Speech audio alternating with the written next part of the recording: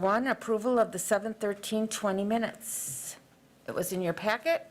If there's any additions, retractions, questions, concerns, if not, I'll take a motion to accept. Motion by Larson, second by Wadinski. All in favor say aye.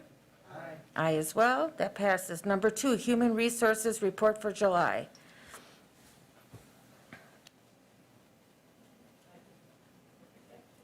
There you go. All right, thank you. Team effort here.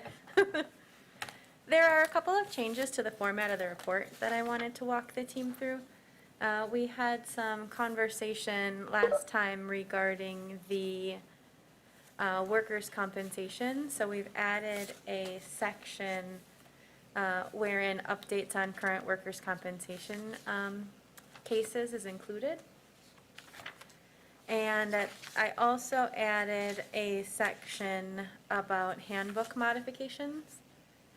There's some language in the handbook, it's actually page 2 of the handbook, that essentially says if a modification is under $5,000 in fiscal impact, it can be put into effect by the Human Resources Director and needs to be reported to this body and then approved once a year.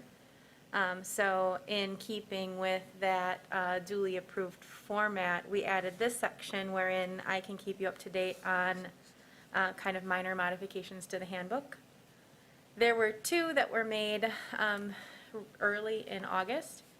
The first was we modified the personal appearance and work rules to give an extra 10-minute paid break to employees who aren't able to take masks off at their workstations.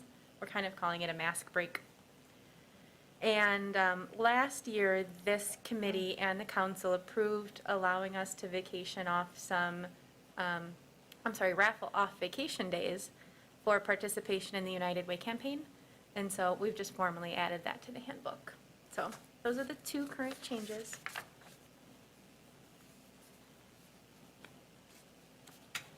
Any questions or concerns about that? Okay, we'll put that on record.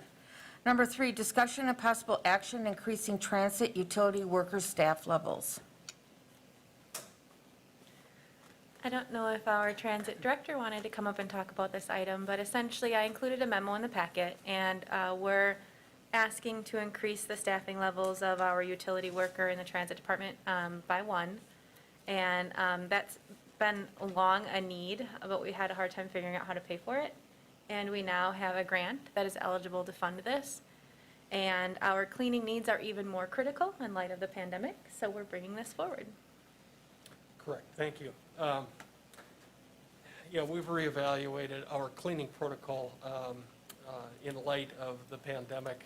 Early on in this, someone in HR asked us, we were talking about possible contamination and dealing with employees who may be contaminated, and someone said, well, I assume you're using the proper disinfectants, to clean your vehicles to start with. And that part is true. We just didn't have the labor to actually regularly clean. And so the types of disinfectants you use are just one part of the equation. We need the labor hours so that we can actually do the cleaning. We have been able to allocate part-time driver hours toward that cleaning function for COVID-19.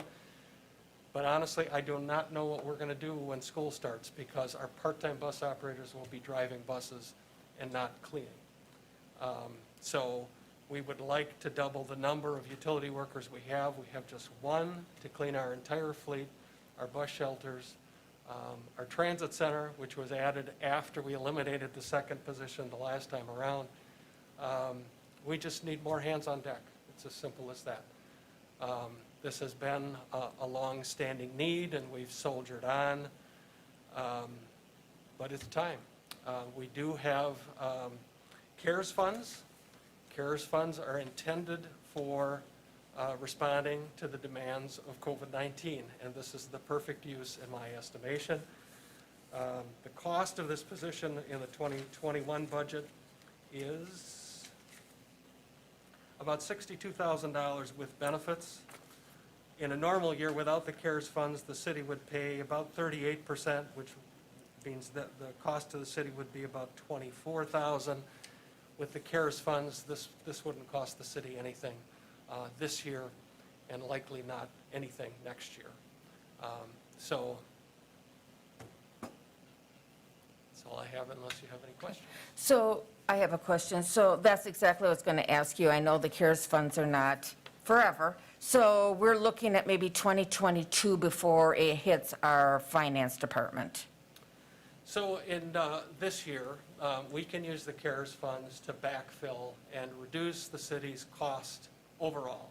Okay. And so we are looking to reduce the city share of our budget from a little over 2 million levy, or I'm sorry, 1 million levy, 1.1 I believe, down to less than 300,000. And so we're going to build up our reserve. And Okay. so we can avoid the cost of this position depending on how we budget of, overall for a couple of years here. Okay, great. Any other questions? Go ahead.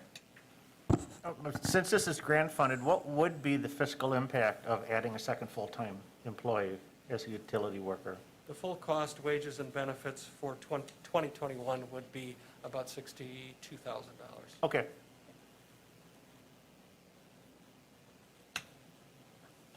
Okay.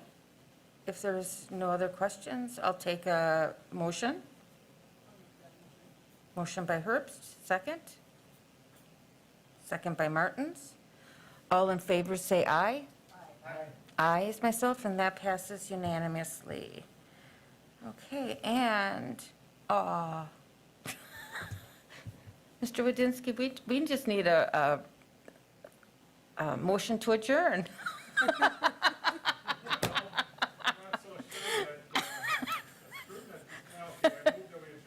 Thank you.